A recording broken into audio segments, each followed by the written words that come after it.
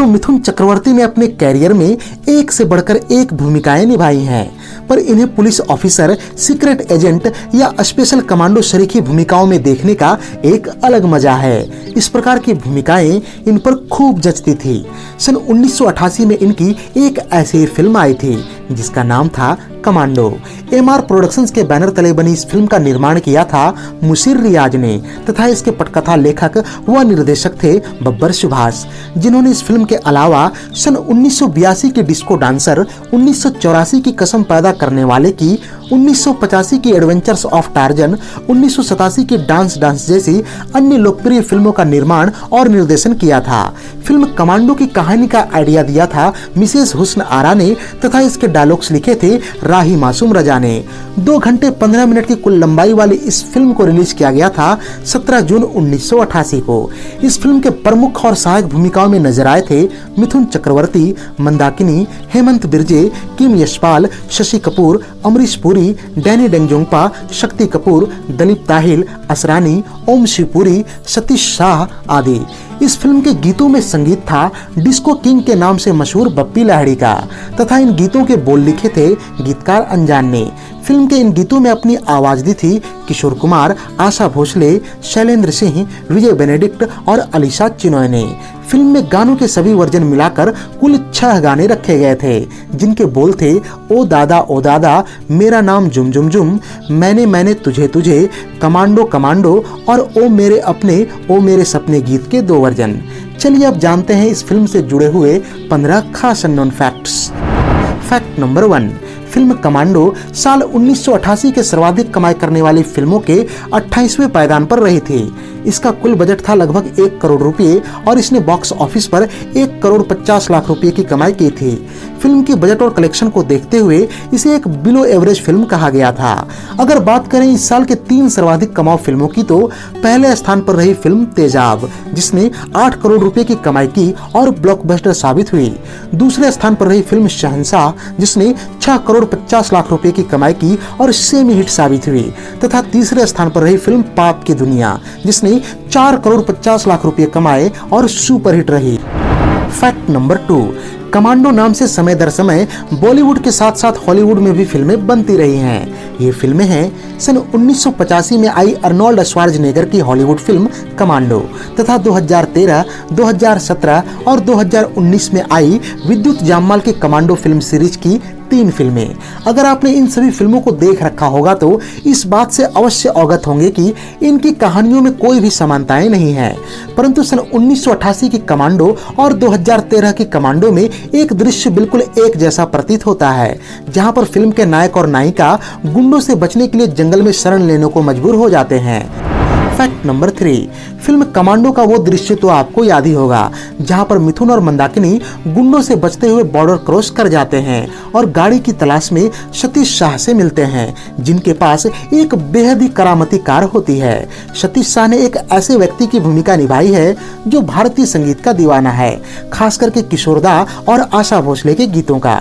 इस दृश्य में सतीश शाह भूलवश मिथुन चक्रवर्ती और मंदाकिनी को किशोरदा और आशा भोसले समझ लेते हैं और इनके सामने गाने की शर्त रखते हैं और कहते हैं कि अगर वो गाना सुनाएंगे तो वो उन्हें खुद अपनी कार में भारत छोड़कर आएंगे। यहाँ दिलचस्प बात यह है कि ओ दादा नामक इस गाने को वास्तव में किशोरदा और आशा भोसले ने ही गाया था। मिथुन चक्रवर्ती सीरीज के पिछले कुछ वीडियोज में हमने इस बात का भी जिक्र कर रखा है कि किशोर कुमार और मिथुन चक्रवर्ती के बीच योगिता बाली को लेकर काफी अनबन थी और किशोरदा मिथुन चक्रवर्ती के लिए ना के बराबर गाने लगे थे, परंतु यहाँ ये भी अपवाद है कि वो मिथुन दा के लिए उन फिल्मों में गाने को तैयार हो जाते थे जिसके संगीतकार आर.डी. बर्मन या बप्पी लाहिड़ी होते थे। फैक्ट नंबर 4, इस फिल्म के शुरुआत में एक डिस्क्लेमर आता है जिसमें लिखा गया था कि यह फिल्म और इसके सभी पात्र बिल्कुल काल्पनिक है, सिवाय फिल्म में दिखाए गए इंदिरा गांधी के चरित्र के। दरअसल इस फिल्म के शुरुआत में आने वाले एक दृश्य में इंदिरा गांधी को स्टेज पे भाषण देते हुए दिखाया गया है, जो कि आशा शर्मा नाम के एक चरित्र अभिनेत्री के द्वारा निभाया गया था। इस दृश्य में आशा शर्मा का हाव भाव और लुक काफी हद तक इंदिरा गांधी जैसा ही लगता है। इस दृश्य में एक और बात गौर करने योग्य है कि जब इंदिरा गांधी पर गोली चलती है तो उन्हें बचाने के लिए मिथुन चक्रवर्ती के पिता बने अभिनेता सतीश कौल बीच में आ जाते हैं और गोली लगने से उनकी मृत्यु हो जाती है। ऐसा ही कुछ दृश्य सन 1997 की फिल्म शपथ में भी देखने को मिला था, जहां गोलियों के बीच मिथुन आ जाते हैं, लेकिन इस दृश्य में मिथुन की मृत्यु नहीं होती। यद्यपि फिल्म कमांडो का यह दृश्य जब फिल्माया गया था, तब तक वास्तविक इंदिरा गांधी की हत्या खुद उन्हीं के अंगरक्षकों ने 31 अक्टूबर 1984 को ही कर दी थी। संभवतः फिल्म के निर्देशक व पटकथा लेखक इस कहानी को 1984 के पहले की पृष्ठभूमि पर दिखाना चाह रहे हों, या फिर इस दृश्य के जरिए इंदिरा गांधी को श्रद्धांजलि देना चाहते हों। हालांकि सन 1984 में इंदिरा गांधी की मृत्यु के बाद भारतीय फिल्मकारों में इंदिरा गांधी को दर्शाने की होड़ सी मच गई थी।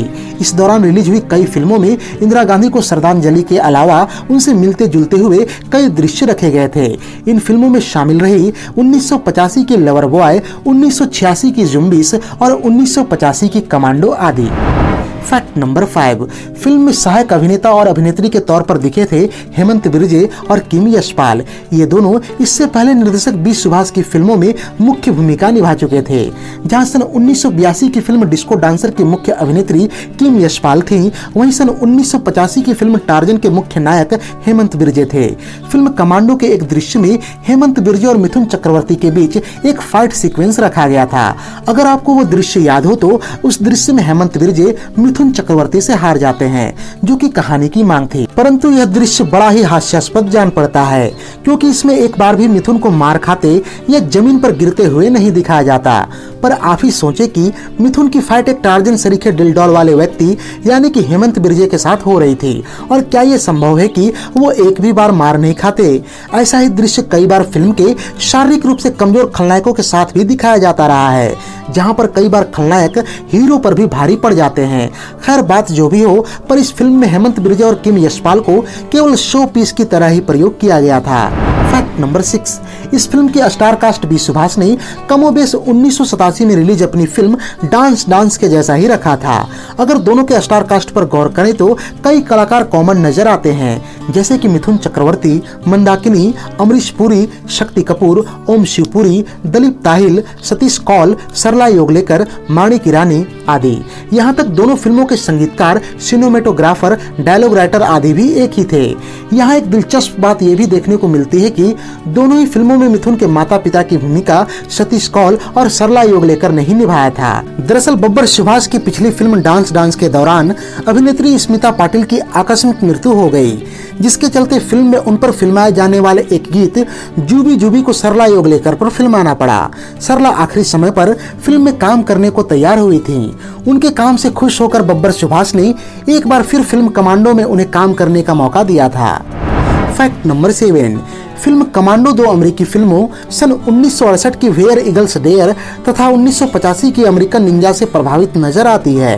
दरअसल फिल्म में जो आप पहाड़ों पर बने अमरीश पुरी का अड्डा और रोपवे सीक्वेंस देखते हैं, ऐसा ही कुछ दृश्य वेयर ईगल्स डेयर में भी देखने को मिलता है, जहां फिल्म के हीरो रिचर्ड बर्टन और क्लिंटन ईस्टवुड मैरी उर को ठीक उसी तरह से बचाते हैं जैसा कि फिल्म में मिथुन और हेमंत बिरजे मंदाकिनी को बचाते हैं। साथ ही साथ फिल्म का एक अन्य दृश्य जिसमें मिथुन और मंदाकिनी जंगल में रात गुजारने के लिए एक दुर्घटनाग्रस्त हवाई अड्डा का सहारा लेते हैं। दरअसल यह दृश्य सन 1984 में आई Hollywood film Romancing the Stone से हूबहू कॉपी किया गया है। इस दृश्य में माइकल डगलस और कैथलीन टर्नर के बीच कुछ वैसे ही दृश्य देखने को मिलते हैं जैसे कि फिल्म कमांडो में मिथुन चक्रवर्ती और मंदाकिनी के बीच रखे गए थे। फैक्ट नंबर 8, सन 1988 में मिथुन की कमांडो सरी की भूमिका को लोगों ने खूब पसंद किया और इसकी लोकप्रियता को भुनाने के लिए सन 1994 में ब्लैक कैट कमांडो नाम से एक अन्य फिल्म लॉन्च की गई, जिसमें कमांडो बनने वाले थे सनी देओल और मिथुन चक्रवर्ती तथा फिल्म के नायिकाओं के तौर पर मनीषा कोइराला और दीप्ति भटनागर को साइन किया गया था, पर दुर्भाग्यवश यह फिल्म कभी भी नहीं बन पाई।